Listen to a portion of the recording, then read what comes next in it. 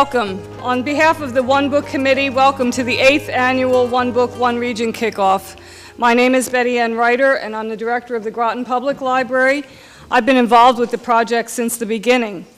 As a member of the committee, I've read lots of books over the years, and along the way, I've learned some important lessons. But probably the most valuable lesson I've learned is that 8 years of experience don't make it any easier to choose a book for everyone in Eastern Connecticut to read. I hope you'll agree with me, though, that this year's book is going to be a hit. Over the years, we have brought people together to discuss civil liberties, the Holocaust, healthcare, immigration, Afghanistan, and many other contemporary issues. We know that this year the tradition will continue, and we will meet our goals of bringing people together to discuss ideas, broadening the appreciation of reading, and breaking down barriers among people. We thank you all for being part of this region-wide reading event. I also want to take this opportunity to thank our wonderful local independent bookstore, Bank Square Books. They are co-sponsoring this event and are selling copies of Mr. Benioff's books here this evening. The books after the event, he will be available to sign your books at the lower level, so please stay after and enjoy some food and wine and drinks and have some social event with us later. And a percentage of the sales from this evening's event will go to the Literacy Volunteers of Eastern Connecticut. Other words of appreciation go to the members of the One Book Selection Committee who meet nearly year-round searching for the perfect book. All of us enjoying this special evening and all of the other One Book events throughout the summer owe a big thank you to the Community Foundation of Eastern Connecticut, who have continued to support this project over the 8 years of that we've been doing it. And finally, I'd like to express my gratitude to the Mystic Arts Center for hosting us this evening. And now it's my pleasure to introduce Jim Landhere from Norwich Free Academy, who has also been with us from the beginning on this committee, and who at one of our early meetings this fall said, you know, I read a really good book over the summer.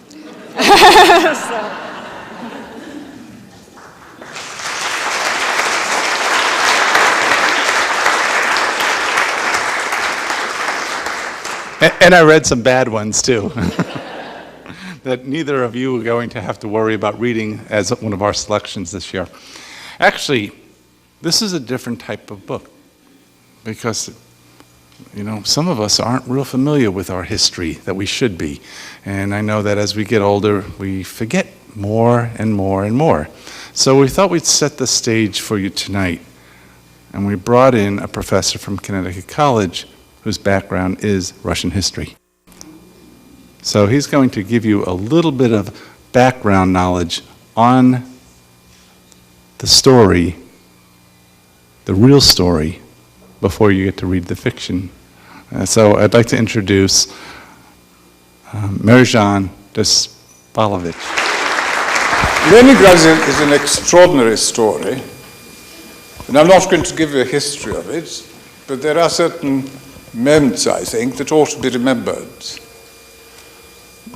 The greatest poet of Leningrad, of St. Petersburg, Pushkin, saw the creation of St. Petersburg as a poetic act, as a poema, because it was the will of that mad and extraordinarily sensible man, Peter the Great, who decided that this was the only place where a city of that magnitude had to be built. Not that it could be built, he always knew that he could accomplish it, but had to be built because it had to open the seas. And the other one is that once when it was built, and it took altogether about 23 years, because in 1725 the Dutch ambassador already speaks about a city of 80,000, which is the Venice of the North. This is 1723. And in 1725, Peter, as was his wont, moves the metropolis, the capital, from Moscow to St. Petersburg. And this is the beginning of the history, in a sense, the other history of St. Petersburg. And from that time on, it becomes the second capital of the empire. The bureaucratic capital remains in Moscow, but the real capital is St. Petersburg. That's where the poets are. That's where the novelists are. That's where the painters are. That's where the musicians are. That is the capital of the country. And if you look at the array of names, all the way from Karamzin to Pushkin to Gogol to Dostoevsky to Bloch, a multitude of them, extraordinary poets. They were not Muscovites. Moscow was sort of down at the heel, dirty, somewhat smelly, like Brooklyn. But St. Petersburg, on the other hand, was something else. It had a style, it had a panache. And so it was essentially Pushkin who said in his great poem, The Bronze Horseman, that Moscow, the old dowager empress, can sit in her purple because the new queen is here, St. Petersburg. Right? And so it goes on until we come to those days of the revolution of 1917. It becomes another capital of sorts. It becomes a kind of church of the new age, new golden age of socialism, communism, whatever you want to call it. But of course the new masters quickly move the capital back to Moscow because they think that St. Petersburg was far too dangerous in its being so famous and associated with so many grand figures of Russian history, and particularly Russian letters, that Moscow, which was larger, which was furthermore strategically further away from the frontier with Poland and Germany, would perhaps be a better place. So the capital moves back to Moscow. But it's curious that during the siege of Leningrad, the Leningraders who managed to remain within the city but seriously toying with the idea of having St. Petersburg, which was then Leningrad, be the capital of Russia, and Moscow the capital of the Soviet Union. Stalin was furious, but he was furious most of the time. And also, unfortunately, he had the power to exert his fury. But when the Germans finally encircled it, it was a question whether Leningrad was going to fall or not. It could not fall for two reasons. First of all, because the Germans had encircled it. And second, because that greatest general of all ages, Hitler, you know, whom Churchill called the very loosely educated man, who had never learned anything in high school, or gymnasium, or whatever, he had issued an order, it came from the OKW, or the Command of the Wehrmacht, that Leningrad is to be razed to the ground. So that even if the Leningraders had been able to flee, to leave the city, they would not have, because that was enough for them. Nobody was going to raze Leningrad to the ground. And then, of course, the intelligent Germans, while they were bombing, they were also spreading leaflets. Tonight we bomb, tomorrow we bury. But from a city which, when it was encircled, which was the 8th, was it the 8th of September, I think, 41, yes. After the chaos in Russia, when Stalin disappears for a week, nobody knows what's going on. It had a population of more than 3 million. By the end of 1942, through death and through evacuations, it was down to 600,000. But those 600,000 performed with extraordinary courage, and what they liked to think, they still do. You speak to a St. Petersburger, he'll say, we are St. Petersburg. There is nothing like St. Petersburg in Russia. It's true, there isn't. There are the last who have not been bought up by everybody. There aren't as many, what are those famous donuts? What's the one? I keep forgetting because it's so ubiquitous. The coffee place? Starbucks, yes, right. Very bad coffee. Large quantities of very bad coffee. But this is the American way. We essentially produce large and useless, never mind, things.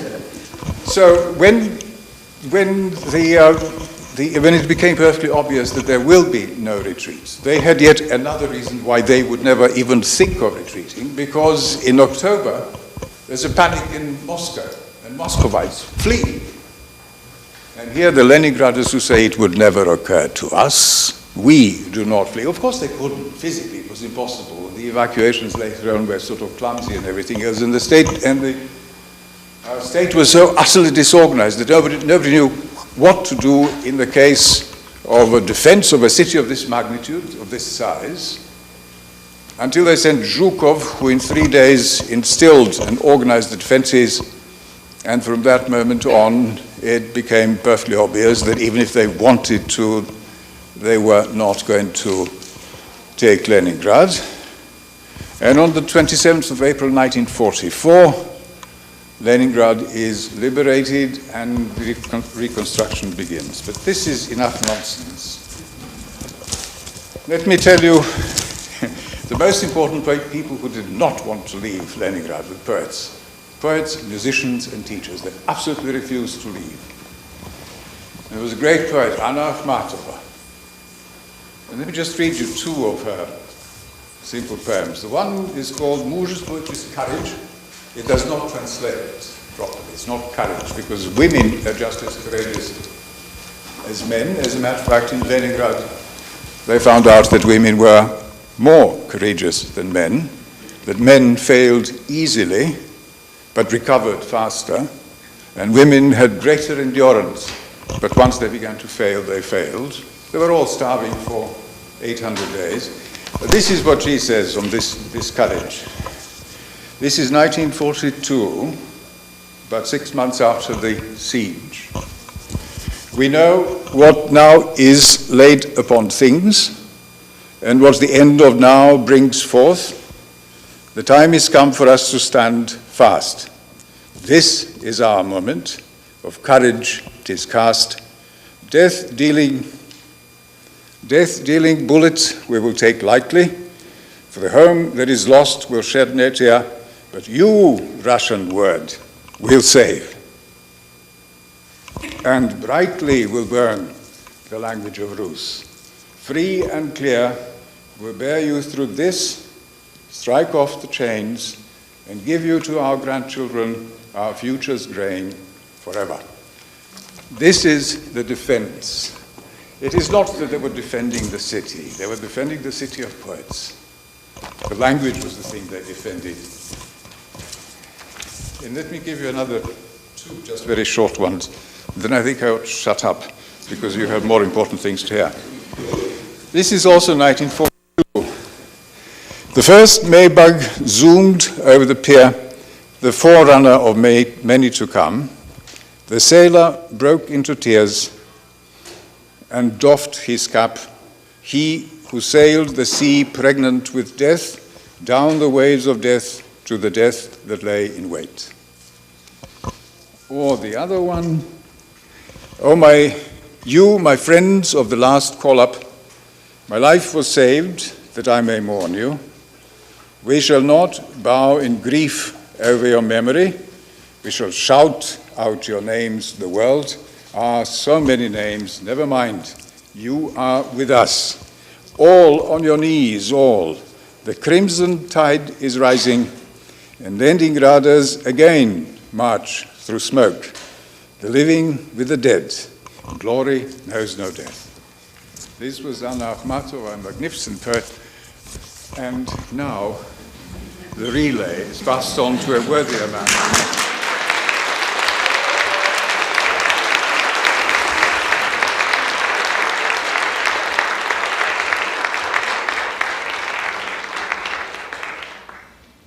Thank you, Professor.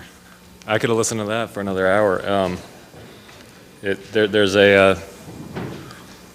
one of the other Leningrad poets, Mandelstam, who forgive me for my pronunciation, but you know, they were too quiet. Is this not on? Hello? Hello? Should I just talk without the microphone? Use the microphone. There's a poem that's referenced in the book, and it's, you know, there were certain poets who were critical of Stalin and his regime, and they tended to obfuscate the language because obviously if you criticize Stalin directly, it was the end of you. But he didn't. He wrote a poem about Stalin and he compared his eyebrows to cockroaches. And it's an incredible thing. It's a very short poem, maybe 12 lines, and it's one of the most courageous pieces of literature I've ever read. And of course, he was gone. They took him off and sentenced him to a gulag, and he disappeared. But one of the things that was most inspiring before I wrote this book was going to St. Petersburg and speaking with some of the survivors of the siege and hearing their stories. And it wasn't just that they lasted for 900 days. The whole country of France lasted, 4 weeks? Leningrad never fell. But not just that they survived militarily, but that their culture survived. They kept going to concerts, and I was speaking about this earlier today, but the first violinist might have died on the front lines, the second violinist might have died of starvation, they would find another, and they would keep filling the seats. They kept attending theater, and they kept reading. And in the midst of the siege, the government printed hundreds of thousands of copies of War and Peace. And the entire city was not the entire city, but people were reading this book as if it was some kind of macabre form of a book club.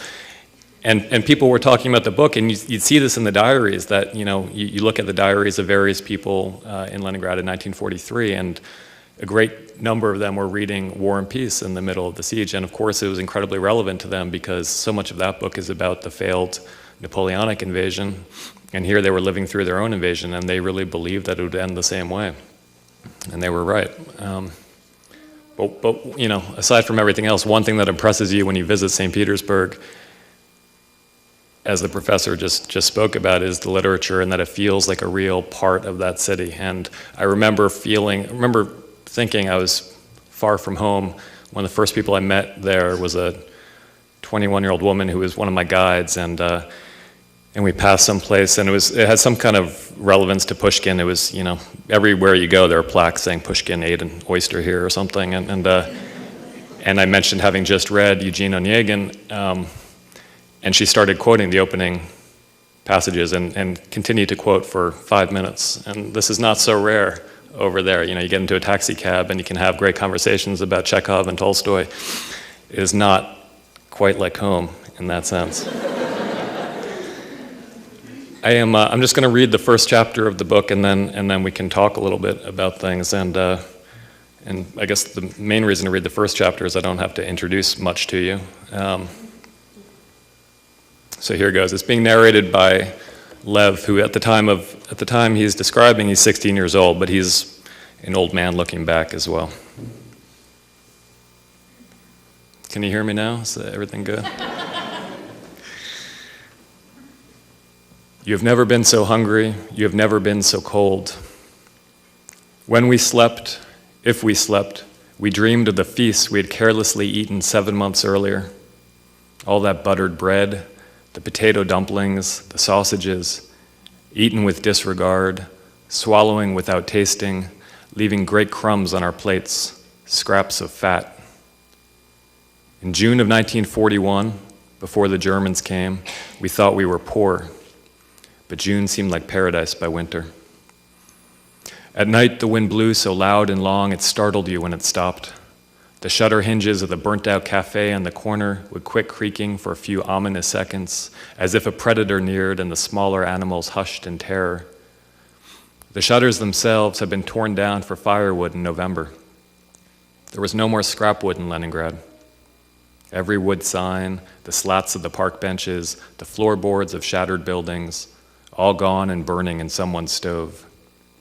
The pigeons were missing too, caught and stewed in melted ice from the Neva. No one minded slaughtering pigeons. It was the dogs and cats that caused trouble. You would hear a rumor in October that someone had roasted the family mutt and split it 4 ways for supper. We'd laugh and shake our heads, not believing it, and also wondering if dog tasted good with enough salt. There was still plenty of salt. Even when everything else ran out, we had salt. By January, the rumors had become plain fact. No one but the best connected could still feed a pet, so the pets fed us. There were 2 theories on the fat versus the thin. Some said those who were fat before the war stood a better chance of survival. A week without food would not transform a plump man into a skeleton. Others said skinny people were more accustomed to eating little and could better handle the shock of starvation. I stood in the latter camp, purely out of self-interest. I was a runt from birth, big-nosed, black hair, skin scribbled with acne. Let's admit I was no girl's idea of a catch. But war made me more attractive. Others dwindled as the ration cards were cut and cut again, having those who looked like circus strongmen before the invasion. I had no muscles to lose. Like the shrews that kept scavenging while the dinosaurs toppled around them, I was built for deprivation.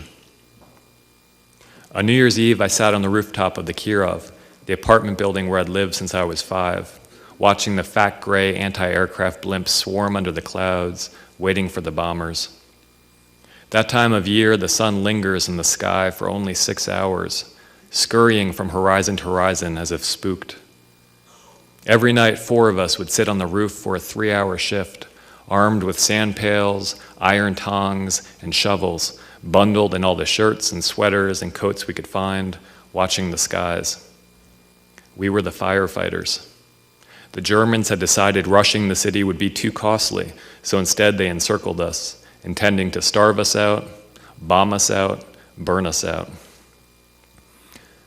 Manning my crew were my friends from the 5th floor, Vera Osipovna, a talented cellist, and the red-headed Antelkowski twins, whose only known talent was an ability to fart in harmony. In the early days of the war, we had smoked cigarettes on the roof, posing as soldiers, brave and strong and square-chinned, scanning the skies for the enemy. By the end of December, there were no cigarettes in Leningrad, at least none made with tobacco. A few desperate souls crushed fallen leaves, rolled them in paper, and called them autumn lights, claiming the right leaves provided a decent smoke. But in the Kirov, far from the nearest standing tree, this was never an option. We spent our spare minutes hunting rats, who must have thought the disappearance of the city's cats was the answer to all their ancient prayers, until they realized there was nothing left to eat in the garbage. After months of bombing raids, we could identify the various German planes by the pitch of their engines. That night it was the Junker 88s, as it had been for weeks, replacing the Henkels and Dorniers that our fighters had gotten good at gunning down. As wretched as our city had become in daylight, after dark there was a strange beauty in the siege. From the roof of the Kirov, if the moon was out, we could see all of Leningrad. The needlepoint of the Admiralty Tower, splashed with gray paint to obscure it from the bombers, the Peter and Paul Fortress, spires draped with camouflage netting, the domes of St. Isaac's and the church on spilled blood.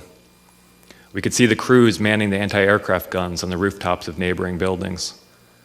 The Baltic fleet had dropped anchor on the Neva. They floated there, giant gray sentries, firing their big guns at the Nazi artillery emplacements. Most beautiful were the dogfights.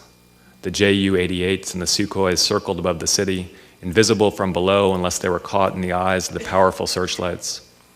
The Sukhois had large red stars painted on the undersides of their wings, so our anti-aircraft crews wouldn't shoot them down. Every few nights we'd see a battle spotlit as if for the stage, the heavier, slower German bombers banking hard to let their gunners get a bead on the darting Russian fighters. When a Junkers went down, the plane's burning carcass falling like an angel cast from heaven, a great shout of defiance rose up from rooftops all across the city, all the gunners and firefighters shaking their fists to salute the victorious pilot. We had a little radio on the roof with us. On New Year's Eve, we listened to the Spassky chimes in Moscow playing the Internationale. Vera had found half an onion somewhere. She cut it into 4 pieces on a plate smeared with sunflower oil. When the onion was gone, we mopped up the remaining oil with our ration bread. Ration bread did not taste like bread. It did not taste like food. After the Germans bombed the Badaev grain warehouses, the city bakeries got creative. Everything that could be added to the recipe without poisoning people was added to the recipe. The entire city was starving, no one had enough to eat, and still everyone cursed the bread, the sawdust flavor, how hard it got in the cold. People broke their teeth trying to chew it.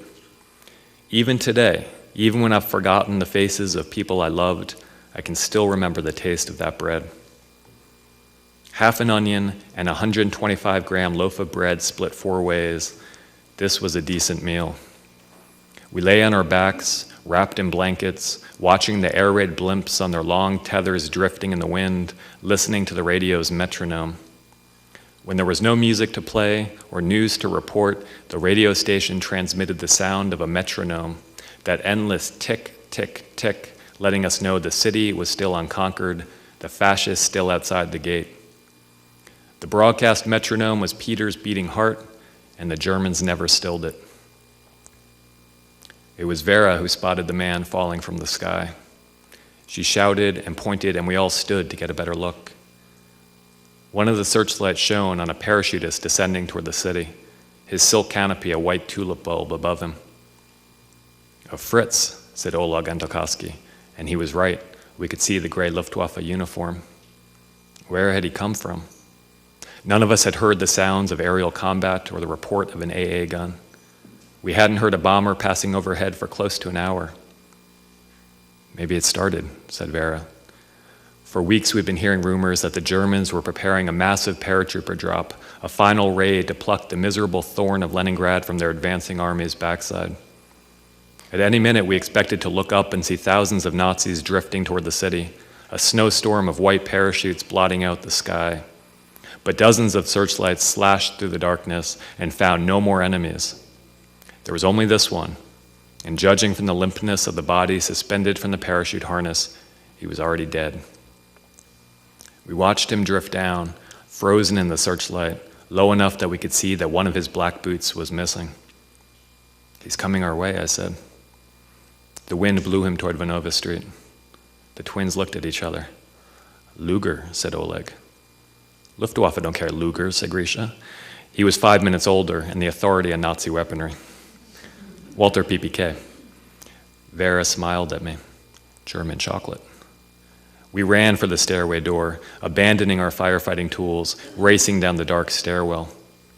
We were fools, of course. A slip on one of those concrete steps with no fat or muscle to cushion the fall meant a broken bone, and a broken bone meant death.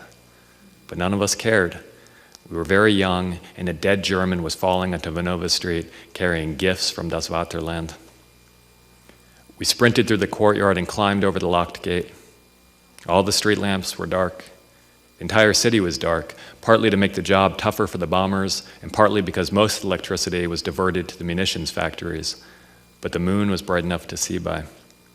Vanova was wide open and deserted, 6 hours into curfew. No cars in sight. Only the military and the government had access to gasoline, and all the civilian autos had been requisitioned during the first months of the war. Strips of paper crossed the shop windows, which the radio told us made them more resistant to shattering. Maybe this was true, though I had walked by many storefronts in Leningrad where nothing remained in the window frame but a dangling strip of paper. Out on the street we looked into the sky, but could not find our man. Where'd he go? You think he landed on a roof? The searchlights were tracking the sky, but they were all mounted on top of tall buildings, and none of them had an angle to shine down Vanova Street. Vera tugged on the collar of my greatcoat, a vast old navy coat inherited from my father and still too big for me, but warmer than anything else I owned. I turned and saw him gliding down the street, our German, his single black boot skidding over the frozen pavement, the great canopy of his white parachute still swollen in the wind, blowing him toward the gates of the Kirov, his chin slumped against his chest, his dark hair flecked with crystals of ice, his face bloodless in the moonlight. We stood very still and watched him sail closer. We had seen things that winter no eyes should ever see. We thought we were beyond surprise, but we were wrong. And if the German had drawn his Walther and begun shooting, none of us would have been able to get our feet moving in time. But the dead man stayed dead, and at last the wind gave out, the parachute deflated, and he slumped to the pavement, dragged another few meters face down in final humiliation. We gathered around the pilot. He was a tall man, well-built, and if we had seen him walking around Peter in street clothes, we would have known him at once for an infiltrator. He had the body of a man who ate meat every day. Grisha knelt and unholstered the German's sidearm. Walter PPK, told you. We rolled the German onto his back. His pale face was scuffed, the skin scraped on the asphalt, the abrasions as colorless as the intact skin. The dead don't bruise. I couldn't tell if he had died frightened or defiant or peaceful. There was no trace of life or personality in his face. He looked like a corpse who had been born a corpse. Oleg stripped off the black leather gloves while Vera went for the scarf and goggles. I found a sheath strapped to the pilot's ankle and pulled out a beautifully weighted knife with a silver finger guard and a 15-centimeter single-edged blade etched with words I could not read in the moonlight. I resheathed the blade and strapped it to my own ankle, feeling for the first time in months that my warrior destiny was at last coming true. Oleg found the dead man's wallet and grinned as he counted out the Deutschmarks. Vera pocketed a chronometer, twice as big as a wristwatch, that the German had worn around the sleeve of his flight jacket. Grisha found a pair of folded binoculars in a leather case, 2 extra magazines for the Walther, and a slim hip flask. He unscrewed the cap, sniffed, and passed it to me. Cognac?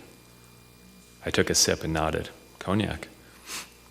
When did you ever taste cognac? Asked Vera. I've had it before. When? Let me see, said Oleg. And the bottle went around the circle, the 4 of us squatting on our haunches around the fallen pilot, sipping the liquor that might have been cognac or brandy or Armagnac. None of us knew the difference. Whatever it was, the stuff was warmth in the belly. Vera stared at the German's face. Her expression held no pity, no fear, only curiosity and contempt. The invader had come to drop his bombs on our city and instead had dropped himself. We hadn't shot him down, but we felt triumphant anyway. No one else in the Kirov had come across an enemy's corpse. We would be the talk of the apartment block in the morning. How do you think he died? She asked. No bullet wounds blemished the body, no singed hair or leather, no sign of any violence at all. His skin was far too white for the living, but nothing had pierced it. He froze to death, I told them. I said it with authority because I knew it was true, and I had no way to prove it. The pilot had bailed out thousands of meters above nighttime Leningrad. The air at ground level was too cold for the clothes he was wearing. Up in the clouds, outside of his warm cockpit, he never had a chance. Grisha raised a flask in salute. Here's to the cold. The flask began to circle again. It never got to me. We should have heard the car's engine from 2 blocks away. The city after curfew was quiet as the moon, but we were busy drinking our German liquor, making our toasts. Only when the gas turned onto Vonova Street, heavy tires rattling on the asphalt, headlights stabbing toward us, did we realize the danger. The punishment for violating curfew without a permit was summary execution. The punishment for abandoning a firefighting detail was summary execution. The punishment for looting was summary execution. The courts no longer operated, the police officers were on the front lines, the prisons half full and dwindling fast. Who had food for an enemy of the state? If you broke the law and you were caught, you were dead. So we ran. We knew the Kirov better than anyone. Once we got inside the courtyard gates and into the chill darkness of the sprawling building, no one could find us if they had 3 months to search. We could hear the soldiers shouting at us to stop, but that didn't matter. Voices didn't frighten us, only bullets made a difference, and no one had pulled the trigger yet. Grisha made it to the gate first. He was the closest thing to an athlete among us. He leapt onto the iron bars and hoisted himself upward. Oleg was right behind him, and I was behind Oleg. Our bodies were weak, muscles shrunken from lack of protein, but fear helped us scale the gate as quickly as we ever had. Near the top, I looked back and saw that Vera had slipped on a patch of ice. She stared up at me, her eyes round and fearful, on her hands and knees as the gas braked beside the body of the German pilot and 4 soldiers stepped out. They were 10 meters away, their rifles in their hands, but I still had time to pull myself over the gate and disappear into the Kirov. I wish I could tell you that the thought of deserting Vera never entered my mind, that my friend was in danger and I went to her rescue without hesitation. Truly, though, at that moment, I hated her. I hated her for being clumsy at the worst possible time, for staring up at me with her panicked brown eyes, electing me to be her savior, even though Grisha was the only one she had ever kissed. I knew that I could not live with the memory of those eyes pleading for me, and she knew it too, and I hated her even as I jumped down from the gate, lifted her to her feet, and hauled her to the iron bars. I was weak, but Vera couldn't have weighed 40 kilos. I boosted her onto the gate as the soldiers shouted and their boot heels slapped on the pavement and the bolts of their rifles snapped into place. Vera went over the top and I scrambled up behind her, ignoring the soldiers. If I stopped, they would gather around me, tell me I was an enemy of the state, force me to kneel, and shoot me in the back of the head. I was an easy target now, but maybe they were drunk. Maybe they were city boys like me who had never fired a shot before in their lives. Maybe they would miss on purpose because they knew I was a patriot and a defender of the city, and I had snuck out of the Kirov only because a German had fallen 5,000 meters onto my street, and what 17-year-old Russian boy would not sneak outside to peek at a dead fascist? My chin was level with the top of the gate when I felt the gloved hands wrap around my ankles. Strong hands, the hands of army men who ate 2 meals every day. I saw Vera run inside the Kirov, never looking back. I tried to cling to the iron bars, but the soldiers dragged me down, tossed me to the sidewalk, and stood above me, the muzzles of their Tokharovs jabbing at my cheeks. None of the soldiers looked older than 19, and none seemed reluctant to splatter the street with my brains. Looks ready to himself, this one. You having a party here, son? You found yourself some schnapps. He's a good one for the colonel. He can ride with the Fritz. 2 of them bent down, grabbed me under the armpits, yanked me to my feet, guided me to the still idling gas, and shoved me into the back seat. The other 2 soldiers lifted the German by his hands and boots and swung him into the car beside me. Keep him warm, one of them said, and they all laughed, as if it were the funniest joke ever told. They squeezed into the car and slammed the doors. I decided I was still alive because they wanted to execute me in public, as a warning to other looters. A few minutes before, I had felt far more powerful than the dead pilot. Now, as we sped down the dark street, swerving to avoid bomb craters and sprays of rubble, he seemed to be smirking at me, his white lips a scar splitting his frozen face. We were going the same way. Thank you.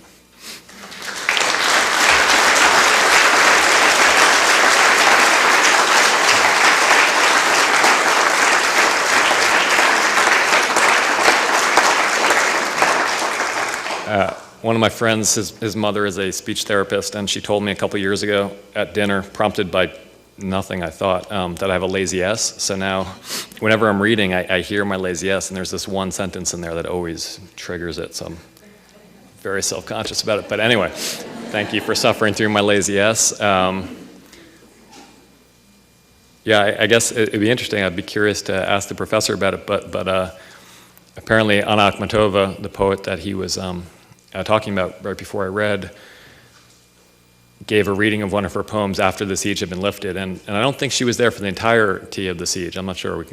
She was there, okay, because apparently in her poem she describes the pigeons in the central square, and a girl who had lived through the siege as well said, "Madam Poet, you've made a mistake," and perhaps this is an apocryphal story. I don't know. Many of them that came out of the siege are, And Akhmatova said, well, what's the mistake? And the girl said, well, there were no pigeons in Leningrad by 1943.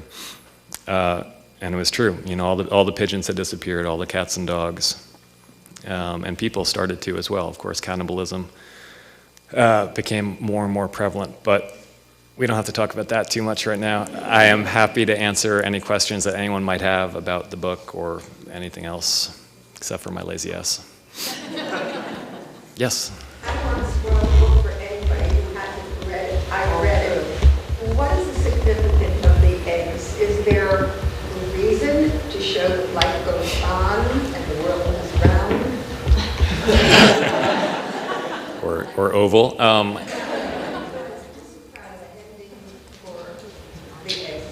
You know, I thought there was a symbol that you felt it was a reason for it. Look, I mean, eggs were chosen. I'm sure the eggs obviously have a significance and a kind of a.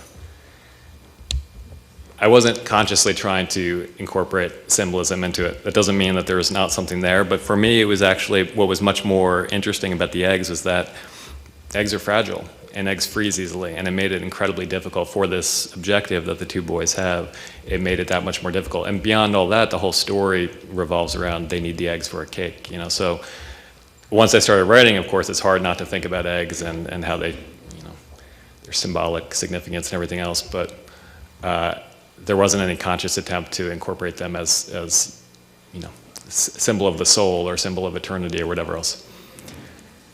Yeah, look, it might well be there, but I wrote another book and which ends with someone going to prison, and I've had people come up to me and say, you know, I don't think he really goes to prison at the end. And I say, okay, and they say, you know, I'm pretty sure he escapes at the end, and what do you say, you know? So it's okay. He doesn't go to prison. For me, there wasn't a self-conscious attempt to put in there, but you know. Things happen. It might be. Yes, in the back. Was any food airlifted to the starving people of Leningrad in the siege? Yeah, and this is something that the professor could also probably tell you about in more detail, but there were airlifts. There weren't that many planes coming in, partly because it was really dangerous to get a plane in because the Germans had completely encircled it and the Luftwaffe was, you know, bombing almost every night. But planes did get in. The food tended not to go to the people who needed it most, though. You know, as often happens in these things, the party members and the military officers got the best of what there was. So if you had some kind of connections, there was some food coming in. What finally made the siege endurable for many of the people in the city wasn't by airlifts, but an ice road that was opened up over Lake Ladoga. So which is a whole other story, an incredible story. And it was one of the most dangerous jobs in the whole war, with these truck drivers who were driving across this frozen lake to deliver supplies to the people of Leningrad, and many of them got killed, strafed by the Germans and killed that way. Many of the trucks fell through the ice. You know, it was not a good job to have, but they did manage to get a lot of food in. So the worst time in terms of people dying was the first winter of the siege, the winter of 1942. Because as the professor said in the introduction, it was they had encircled the city in September of 1941, and it was quite a tight circle. And that winter, aside from everything else, aside from the fact that the Germans, you know, the Wehrmacht, which was at that time an unbeatable army. I mean, no one really stopped them until the Russians finally did. But they had conquered every country they invaded and encircled the city, and then. Along with everything else that people had to endure, it was the coldest winter in recorded history, so food was hard to come by.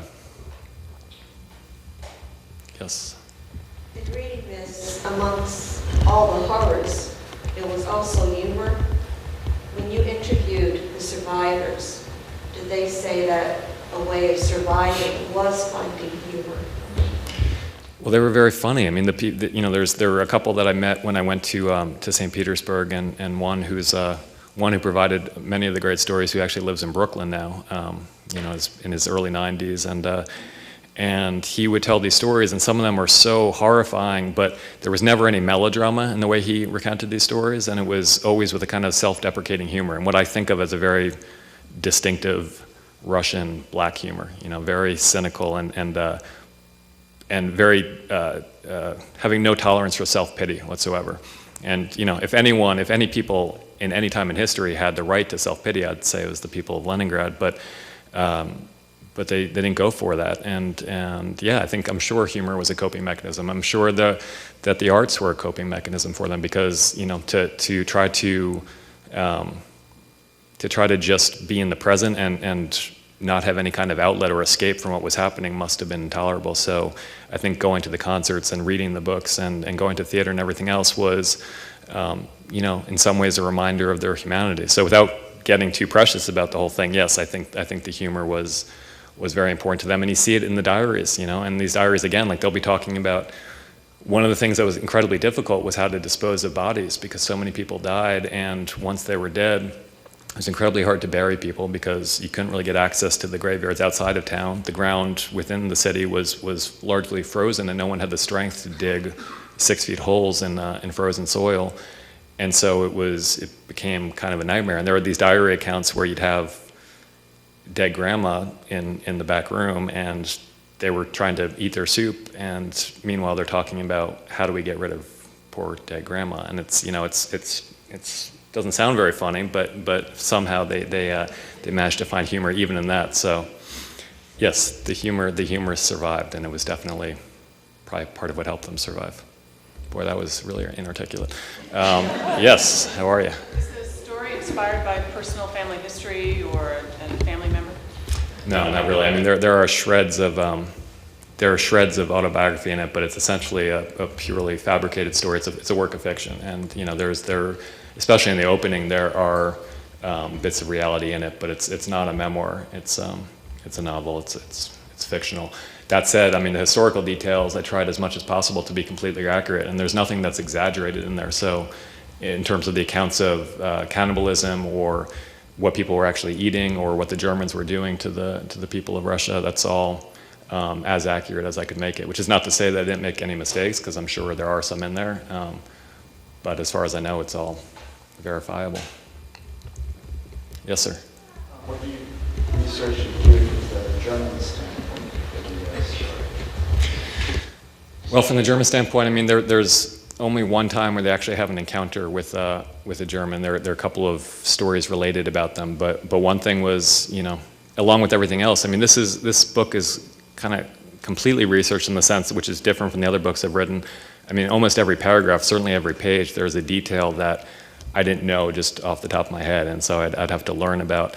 And oftentimes that meant going to the library and finding the right book on the subject. If I'm talking about an officer of the Wehrmacht, I need to know what he was wearing. I need to know what his uniform was. I need to know what kind of weaponry they were using, what kind of planes they were using to bomb Leningrad, and I need to know what tactics they were using when they were hunting down Communist Party members and Jews and other peoples they considered primary targets. So there was certainly not as much research into the German side as there was into the Russian, but if you're writing about a period of military history, obviously you need to know a little bit about the enemies as well. So it was interesting because a few months ago I was in Germany when the book came out there, and I started reading from the prologue, and it was kind of an audience like this, and the first line of the book is, and so I start reading, it's, "My grandfather, the knife fighter, killed 2 Germans before he was 18.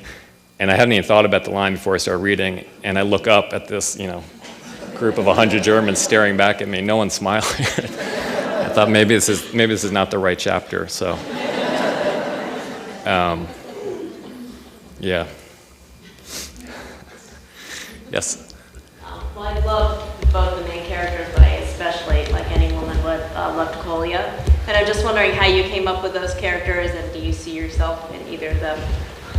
I think there's much more of me in Lev. I mean, especially as an adolescent. I was the smallest kid in my class in high school. I was 94 pounds. I remember exactly how much I weighed because I wrestled, and I was I was in the lowest weight class, the 94-pound runt class, and I had acne, and I had a really hard time talking to girls. So I think there's a lot of Lev in me. And Kolya, I think, is in some ways the friend I always wanted and never had, because I didn't have very close friends at that time, and certainly none like Kolya. And there's something about him, that kind of the rogue who knows how to handle all these situations that I found so impossible as an adolescent. And obviously they're in completely different circumstances than I grew up in, but still there are certain universals. And I think for all boys, the ability to talk to girls and to handle physical confrontations and things like that, which give most of us a great deal of trouble,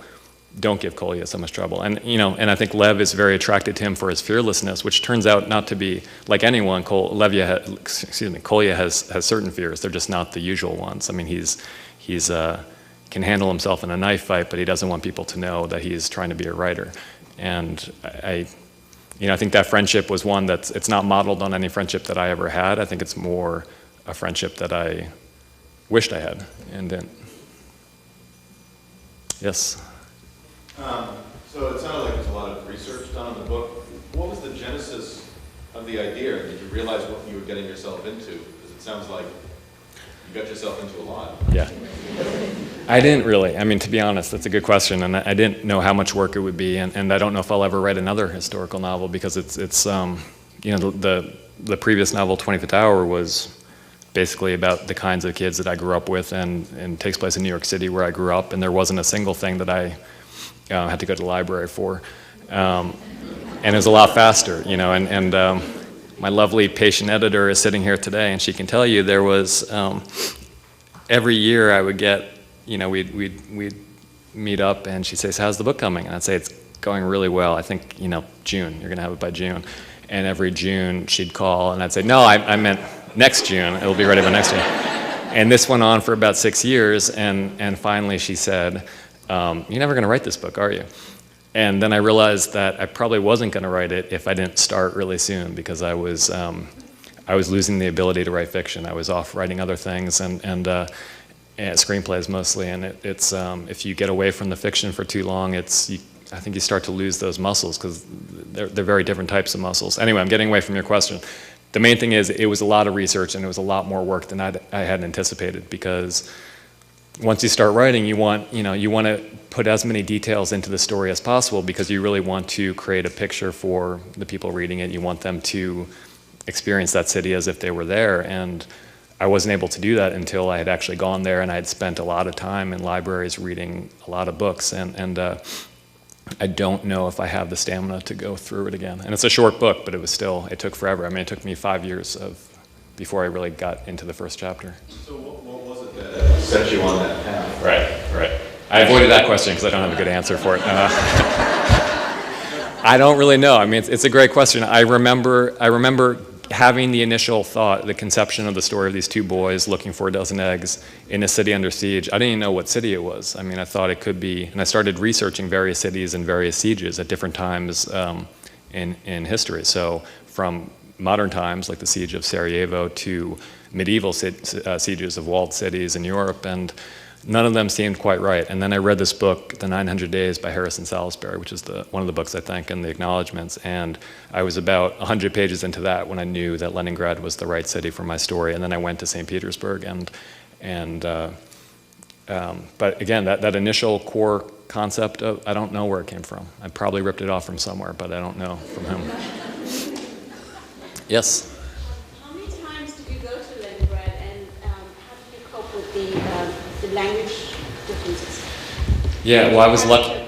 Yeah, I did. I had a guide. I mean, we have some family connections there and friends, and I was very lucky because I had a guide who was not only a local and not only a native of the city, but also a history major, or whatever the equivalent in Russia is. He was studying history at the university and was focusing on the siege, and he was a great ally because he not only could he explain to me everything language-wise, but he also brought me to meet many of the survivors, who he had met through his own research, and he took me to the various, many of the sites that are described in the book, and to the various museums that, the Museum of the Siege, and we really spent a lot of time going over everything. So that was enormously helpful. And I tried, I thought, I had this idea when I started that I was going to learn Russian over the course of writing the book, and that never happened.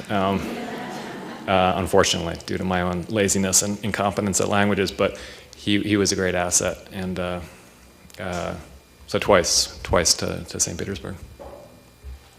Yes? Has the book been translated into Russian, and how did you like it, St. Petersburg?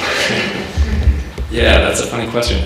It's been translated into 27 languages, but not Russian, surprisingly enough. Not yet. So there was someone that I met who promised me it was going to happen. He's a Russian film director, and he wants to make the movie, and that part of it won't happen, but he said even if he doesn't get to direct the movie, he would like to publish the book, and I'm still waiting for that to actually happen, but it hasn't happened yet, as far as I know. Serbian, but not Russian. It's very bizarre. Yes, sir. Or not so bizarre, maybe not. As I read the book, the characters seem very much like American boys to me.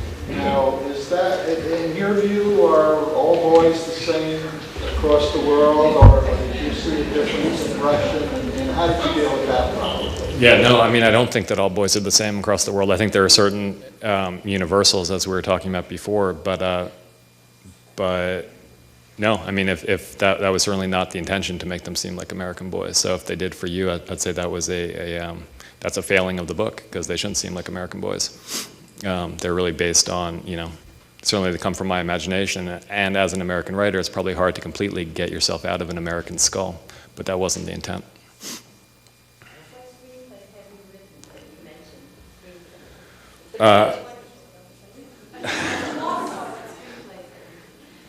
The first novel I wrote was called The 25th Hour, and or the third book I wrote, but the first to get published, and the first two were rejected by everybody in the country. And 25th Hour was finally published, and I adapted that, and it was turned into it was directed by Spike Lee. And I like that one, actually. It's probably the favorite still of the ones I've written. A couple others that don't need to be mentioned, and The Kite Runner, a former author who came to the One Book, One Region program, Khaled Hosseini, who's a wonderful man. And right now I'm working on a biopic about the life and death of Kurt Cobain, the lead singer of Nirvana. Thank you.